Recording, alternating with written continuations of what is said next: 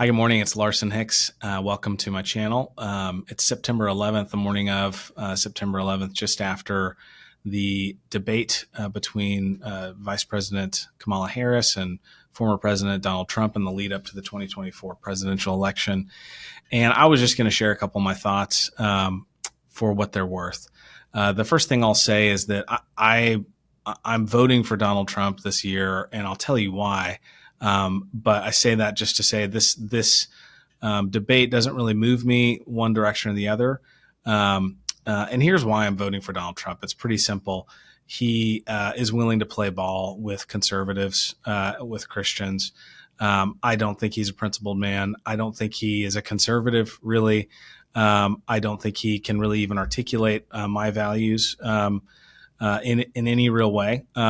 And I certainly don't believe he believes in my values. I believe that he is a fighter, that he's an outsider, that he was interested in draining the swamp, and I think he's willing to continue to do that, perhaps. But I've never been under any delusion that he represents me super well or represents Christians super well. I just think he's willing to play ball with Christians. He's willing to do what he needs to do to get their votes. And I think he's generally aligned better with conservatives. But that's about where it ends for me with Donald Trump. And so every time he has an opportunity to speak publicly, almost every time, very frequently, in these kinds of settings, it's a huge kind of facepalm moment, I think, for most conservatives like me, where it's like it's a pretty big disappointment. It's hard to imagine a conservative spokesperson for the conservative cause that's worse than Donald Trump, because he's pretty bad in this kind of setting. I admire his courage. I admire the fact that he got a lot of things done during his time. I'm especially thankful for his appointment of Supreme Court justices who overturned Roe v. Wade. I'm in that camp of one issue voters who believe that abortion's murder and that Scripture forbids it, that it's a massive judgment on our society. And so I'm willing to vote for a guy that doesn't represent me very well if he's willing to play ball and do get things done that I care about. So that's kind of where it stops. Let me talk about some of the things to me that were so disappointing about last night. One is that I think conservatives it was kind of a wake up call that our echo chamber of social media has painted a picture of Kamala Harris that's not accurate. We see a bunch of clips of her stuttering and stumbling and saying really dumb things and cackling and repeating the same line over and over and over. And the impression is that she's dumb. And I think it was clear last night that she's not dumb, that she is a trained lawyer. She's a excellent speaker, and that she's able to think on her feet. She's able to study well and prepare well for this kind of thing. And she performed very well. So that was one takeaway. And I think that conservatives and Donald Trump himself, I think, wildly underestimated her ability to stand and debate in that setting last night. She did an outstanding job. Rhetorically, she was very good at using pathos, emotion in almost every point she made. She was prepared with arguments and counter arguments and good one-liners. And I think Donald Trump kind of strolled into this thing, probably lulled to sleep by how weak his previous opponent was in Joe Biden, that he thought he could just stroll in and treat it like a Trump rally and just kind of give all the Trump talking points that he'd give at a Trump rally, and it would be a success. The problem in my mind with his strategy is that, and I think maybe the rationale is people voted for Donald Trump because he's authentic, because he's not polished, because he's not playing the game. He's not a chameleon, so to speak, and who's willing to say anything to get the votes. I can see how that might be the strategy and the calculus that's done around, like, let's just let him freestyle. But the reality is that works when you're playing to the base. I think the mission last night was, are there people who are on the fence? If so, how can we win them over?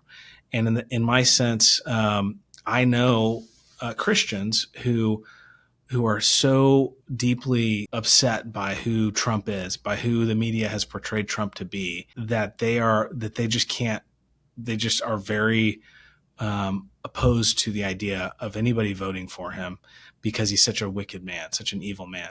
And that narrative's been spun very, very effectively by media. And so I think he last night might have been an opportunity for getting those Christians who thought he was wicked and evil and just a bully to see that that's not who he is, that he actually has principles, and that he actually cares about those principles and about those things. But I think he kind of played into the caricature. He sort of jumped right into the caricature of Donald Trump, just being sort of this angry, cut down artist, who is willing to repeat any conspiracy that he hears on the internet that makes his opponents look bad, and that just makes it look dumb and bad. And so that's kind of where I feel like the debate landed for me last night. Felt like you had an opponent who took the debate and the opportunity in the debate very seriously, prepared very well. Kamala Harris came out sounding like a conservative last night. I mean, she basically was using Trump's talking points, "Make America Great." I mean, it was incredible to hear, given that she's on record so many times sounding so incredibly liberal, progressive, woke, globalist, environmentalist. I mean, all of those things that I think are terrifying about her. She very effectively swept all of that under the rug last night and came out sounding like a conservative almost, with a few exceptions.